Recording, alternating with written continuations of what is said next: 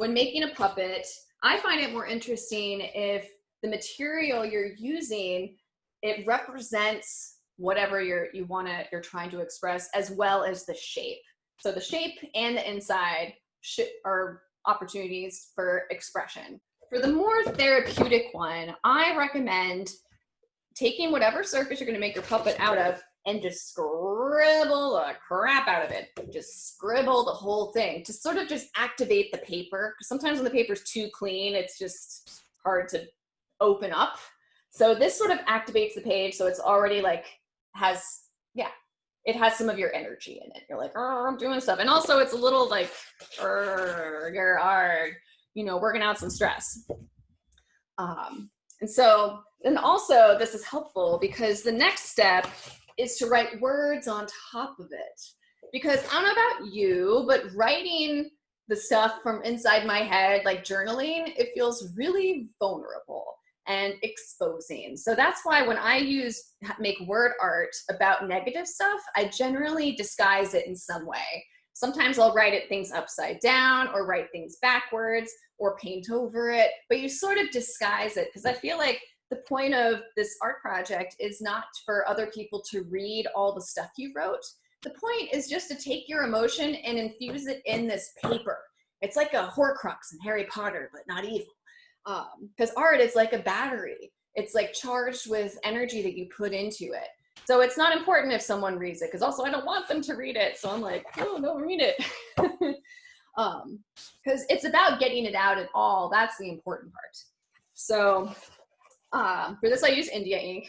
And for the words that I first wrote, so I started off by writing the basic dark thoughts in my head, which are anger, shame, guilt, envy, and fear.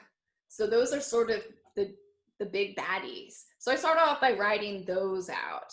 And then I did a little journaling too, let's face it. I had to do some journaling to figure out like what is in there. So maybe it'd be a good idea to do a quick little journal to make a few lists. You're like, okay, what are my fears? And what are the things that I'm not talking about?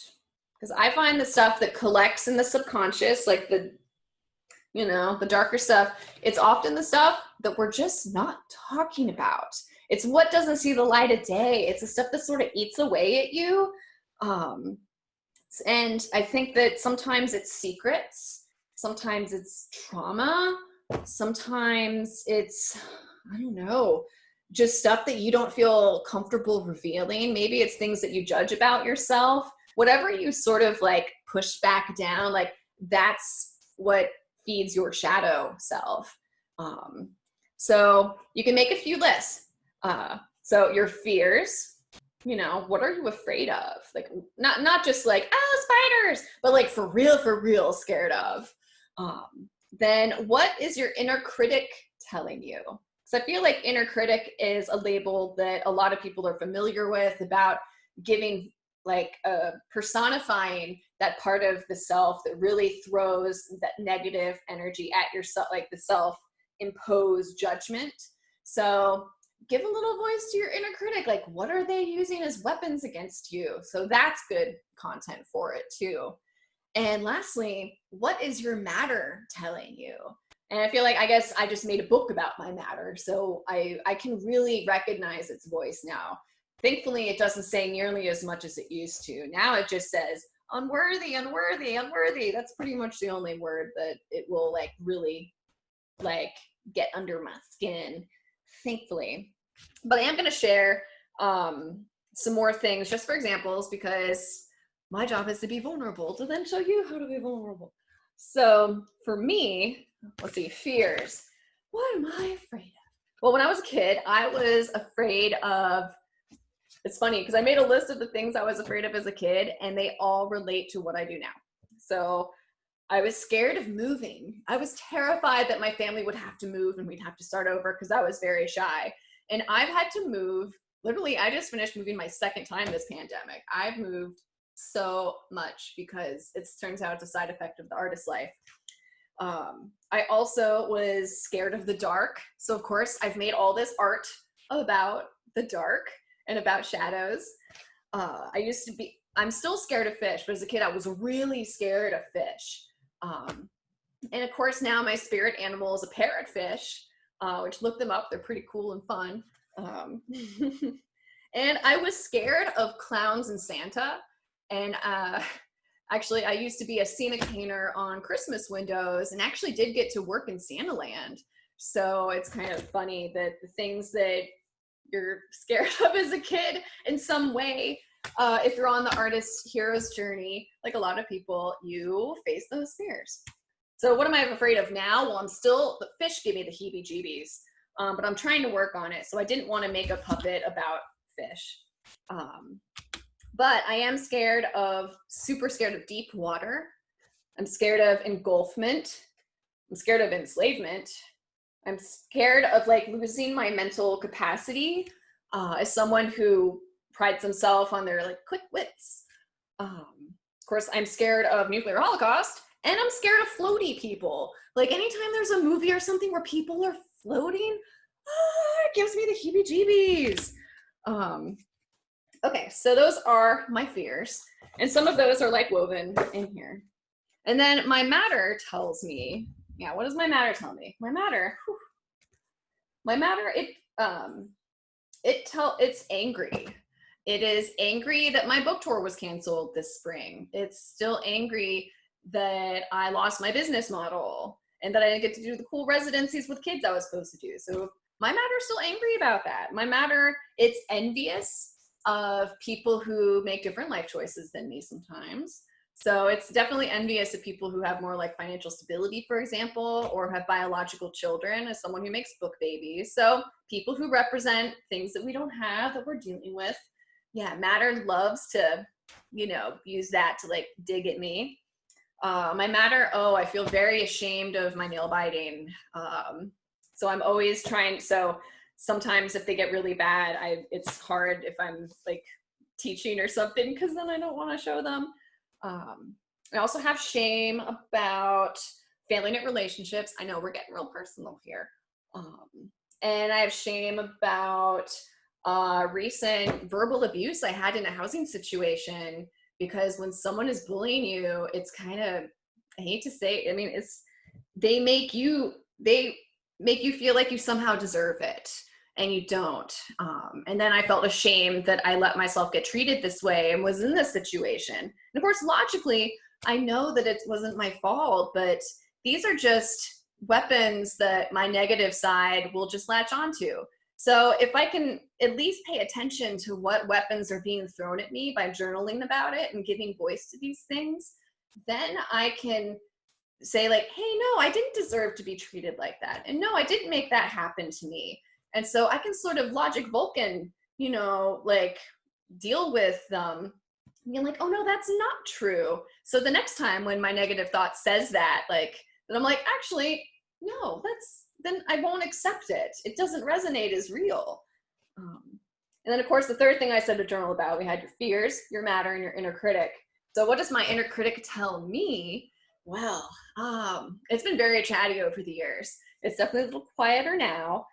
Now it just says unworthy, but it used to say that I was crazy, that I was broken, that I was weak, that I was doomed, that I was isolated. So all this stuff, and it wasn't true, but I thought it was true, because sometimes you don't know which thought you had is true, which one is the real answer and what's not. So sometimes you might think your negative thoughts are the real thoughts, but no, it's just your shadow. It's just your shadow self. So as far as, so back to the shadow puppets. So for this example, after I wrote in words, sort of like word vomited, like dumped out all this stuff, then I did like an ink wash over it just to sort of, I don't know, put it behind a haze even more, because I just wanted to embed this energy in the paper. And then I cut it out. And so I picked a spiral as my exterior shape, because I draw my matter as sort of this whirlpool, and I'm always scared that it's gonna like suck me in, because also I'm scared of engulfment and I'm scared of deep water. I'm scared of losing myself.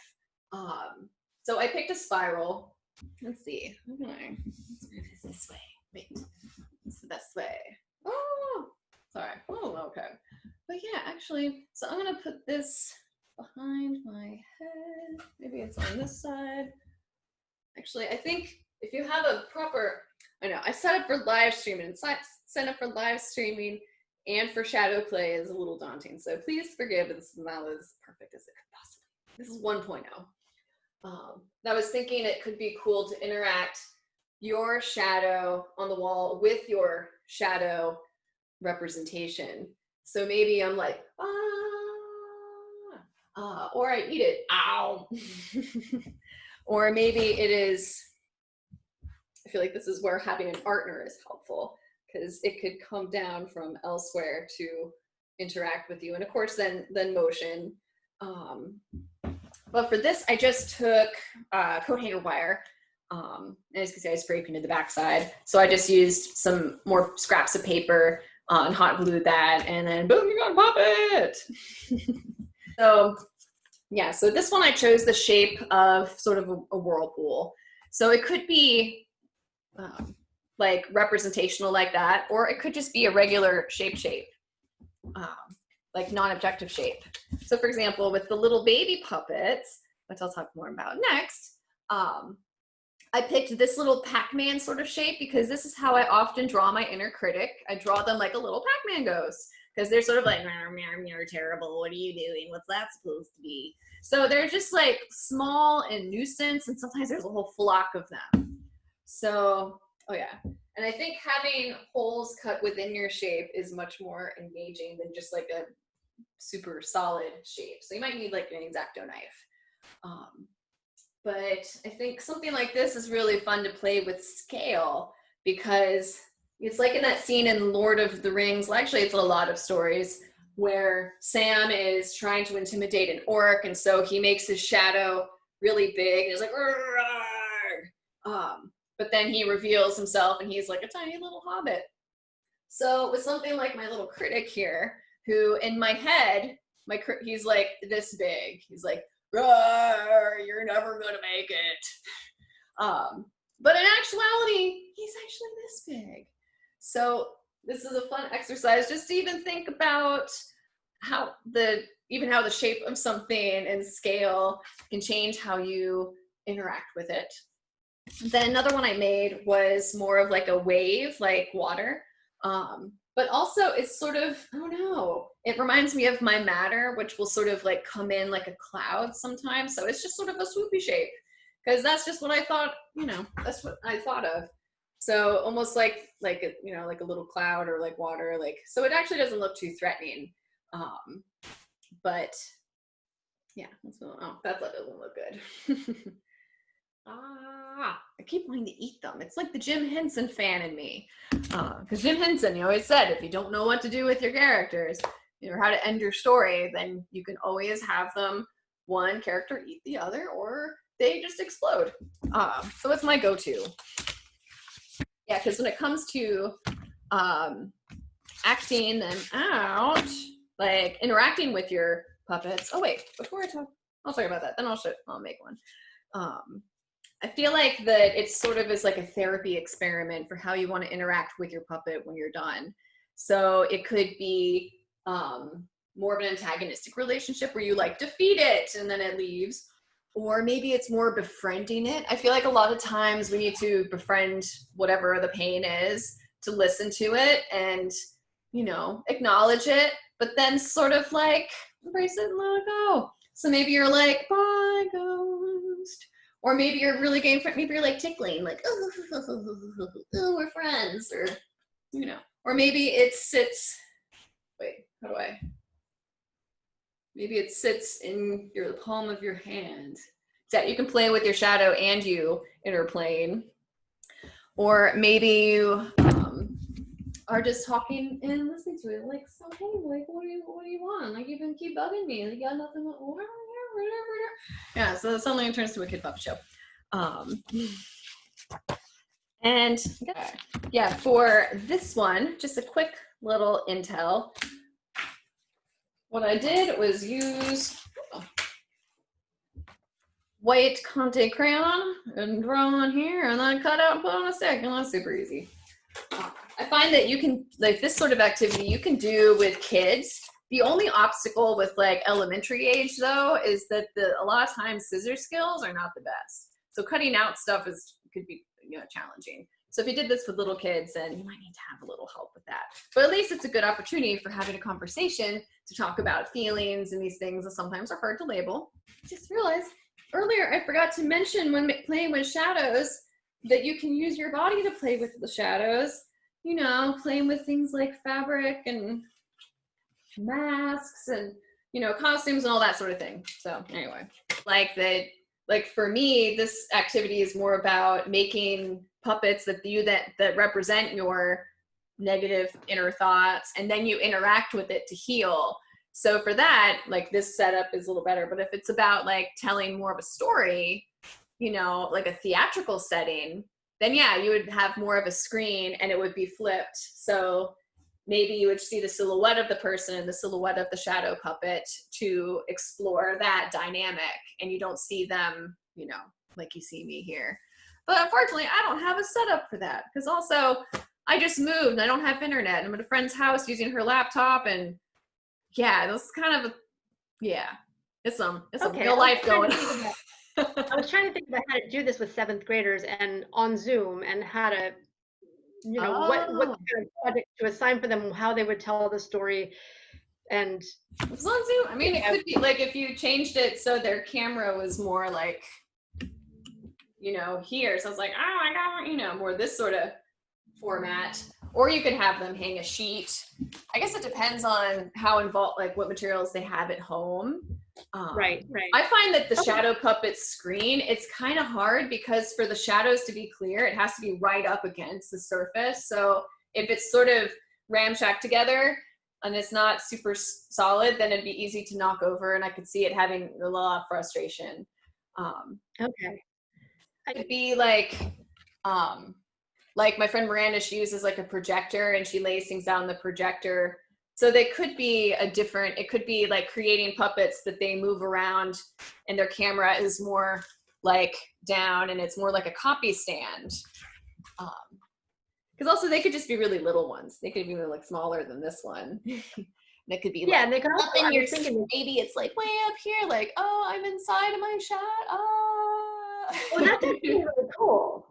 I like that. Okay, good. You yeah, so maybe it's less about creating, because I feel like you don't want to spend all this time making up a whole setup. I feel like it's more about just like cutting to the chase. Right. Okay, cool. Thank you. Yeah, I hope that's helpful. It is. I'm writing that down. Thanks. All right. Cool. Bye. Thanks for your ideas. Thank you.